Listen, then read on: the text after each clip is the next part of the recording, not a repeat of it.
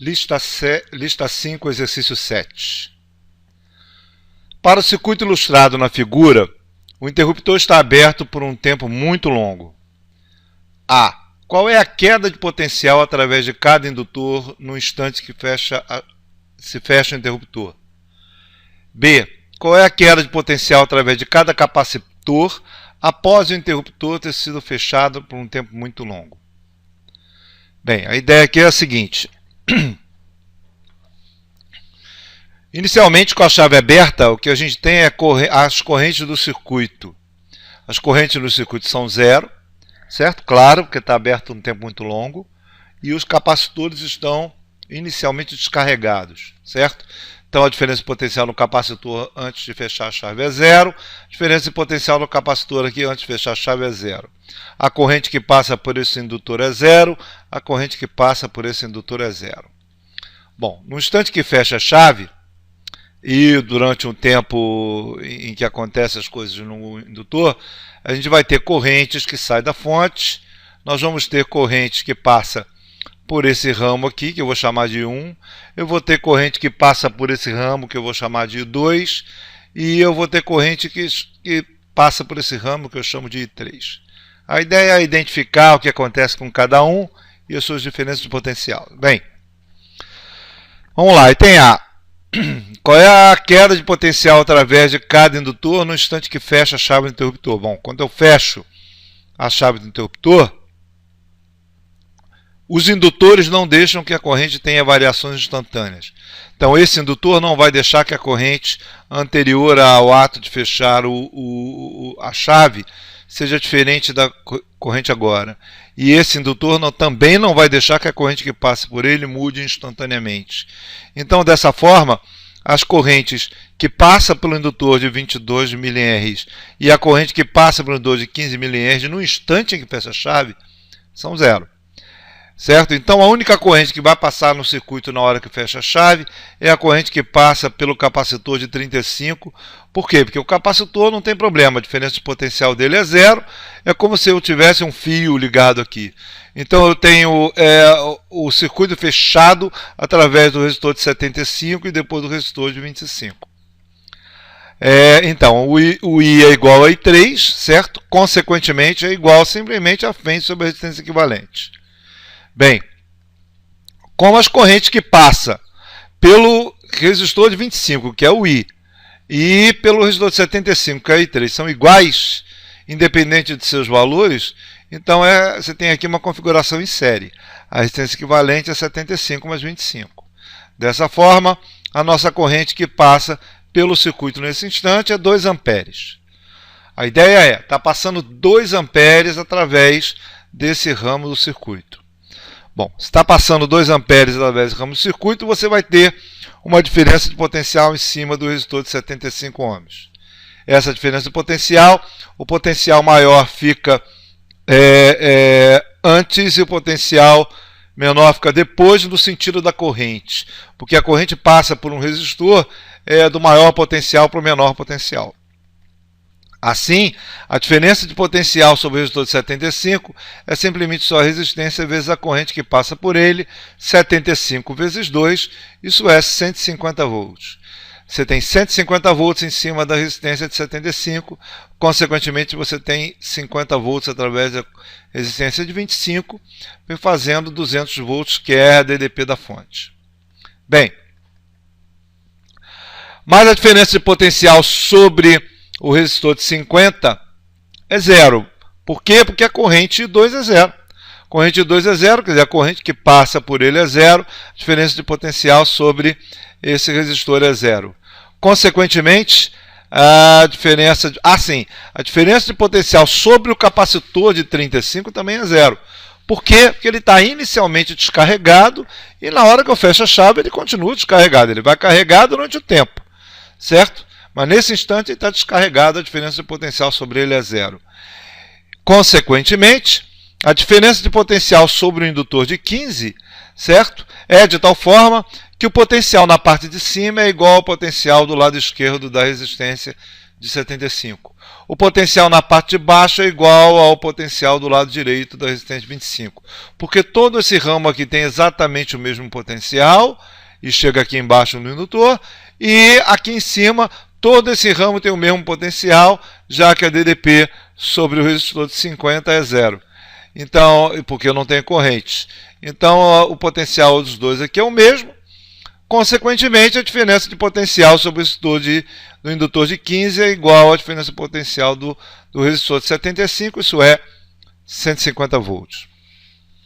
Bom, a diferença de potencial do capacitor de 70 também é zero, pelo mesmo motivo que a diferença de potencial do capacitor de 35. Por quê? Porque ele está inicialmente descarregado. E também a diferença potencial sobre o resistor de 38 também é zero, porque a corrente I1 é zero. Como a corrente I1 é zero, então a corrente que passa nesse ponto é zero por causa do indutor, né? O indutor não deixa que ele seja diferente de zero nesse instante. E então a diferença de potencial no resistor é zero e o capacitor está descarregado, a sua diferença de potencial também é zero. Isso é, a diferença de potencial no indutor de 22 mA vai ser de tal forma que o potencial em cima tem o mesmo potencial do lado esquerdo do resistor de 75. O potencial embaixo, já que todos esses elementos aqui, a diferença de potencial é zero, e esse elemento, a diferença de potencial é zero também, então o potencial na parte de baixo do indutor é exatamente o potencial do lado direito da resistência. Dessa forma, a diferença de potencial sobre o indutor de 22 é igual à diferença de potencial sobre o indutor de 15. Isso é igual à diferença de potencial sobre o resistor de 75, que é 150 volts. Dessa forma, a gente consegue responder o item A. Vamos lá, o item B. O item B passou-se um tempo muito longo. Agora, se você passou um tempo muito longo, significa o quê? Significa que as correntes estão estabilizadas, e as correntes estabilizadas, com as correntes estabilizadas, os capacitores estão totalmente carregados. Corrente estabilizada, capacitor totalmente carregado. Vamos agora analisar como fica o circuito. Isso é, de cara, I1 e I3 são zero. A única corrente que tem é o I2. Isso é, I1 e I3 é zero. Por quê? Porque se esse capacitor está totalmente carregado e esse capacitor está totalmente carregado, a corrente que passa por eles é zero, porque se tivesse corrente ele continuaria sendo carregado. Então a única corrente que tem no nosso circuito agora é a corrente sobre esse ramo do meio, que é o I2. Então a corrente que sai da fonte passa pelo I2 e volta para a fonte. Dessa forma, essa corrente vai ser afim sobre a resistência equivalente, e a nossa resistência equivalente agora é 50 mais 25, isso é esse resistor do ramo do meio e o resistor de 25, cujas correntes são as mesmas. Assim, a nossa corrente é 2,7 amperes agora. 2,7 amperes a corrente que sai da fonte, 2,7 amperes a corrente que passa por esse ramo. Bem, a diferença de potencial agora sobre o resistor de 50 é simplesmente R2. Isso é 50 vezes 2,7, 135 volts é a diferença de potencial sobre o resistor de 50. Consequentemente, 65 volts é a diferença de potencial sobre o de 25, cuja soma vai dar 200. Bem, só que a diferença de potencial sobre o resistor de 38 é zero. Por quê? Porque a corrente desse ramo é zero, porque o capacitor está totalmente carregado. Como o capacitor está totalmente carregado, o ramo vai ter uma corrente zero, e consequentemente a diferença potencial no resistor de 38 é zero. E é claro, por este motivo, a corrente que passa pelo indutor, a diferença de potencial sobre o indutor é zero.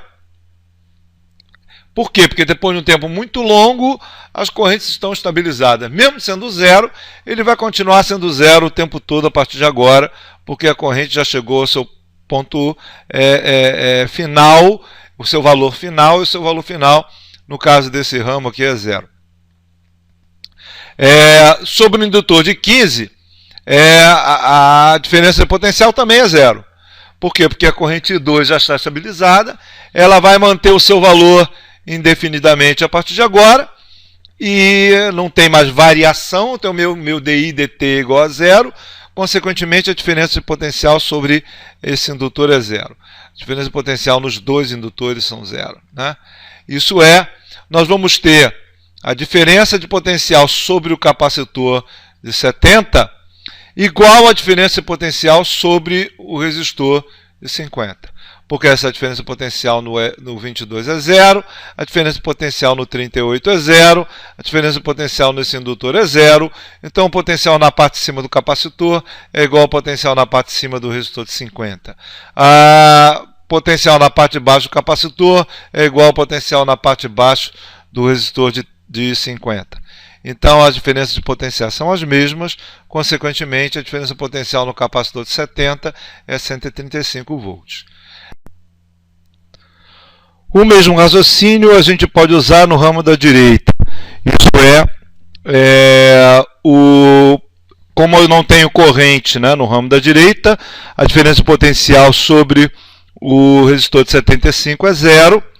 E como o capacitor de 35 já está totalmente carregado, a sua diferença de potencial já está no seu estado máximo. Se a diferença de potencial no resistor de 75 é zero, quer dizer que o potencial na parte de cima do capacitor é igual ao potencial na parte de cima do resistor de 50. O potencial na parte de baixo do capacitor é igual ao potencial na parte de baixo do resistor de 50, já que a diferença de potencial sobre o indutor de 15 é zero.